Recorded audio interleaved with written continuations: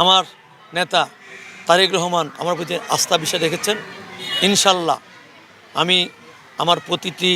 নেতাকর্মী এবং জনসাধারণকে সঙ্গে নিয়ে সবাইকে একযোগে আমরা বিগত আন্দোলন সংগ্রামে যেভাবে মাঠে ভূমিকা রেখেছিলাম, আমার বিশ্বাস এই এলাকার প্রতিটি মানুষ তাদের আশা, তাদের প্রত্যাশা, তাদের চাওয়া, তাদের পাওয়া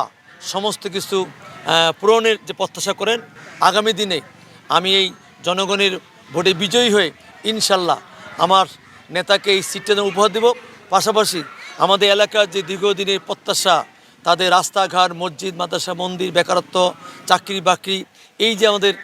এই এলাকার এই সমস্যা, ইনশাল্লাহ আমরা বিজয়ী হলে, আমরা সংসদ সরকার গঠন করলে ইনশাল্লাহ আমাদের প্রতিটি মানুষের যে প্রত্যাশা, যে চাওয়া পাওয়া এবং আমাদের প্রিয় নেতা তারেক রহমান যে 31 দফা কর্মসূচি দিয়েছেন, সেই 31 দফা কর্মসূচির মধ্য দিয়ে আমরা ফ্যামিলি কার্ড, আমরা কৃষকদের ফার্মার্স কার্ড সহ বেকার ছেলেমেয়েদের চাকরি ব্যবস্থা সহ আমরা এই এলাকার উন্নয়নের দিক দিয়ে আগামী দিনে এই বাংলাদেশকে বৈষম্যহীন মানবিক বাংলাদেশ হিসেবে আমরা সবাইকে নিয়ে কাজ করে আমরা প্রমাণ করব যে এই এলাকার মানুষ ধানের শীষকে ভালোবাসে।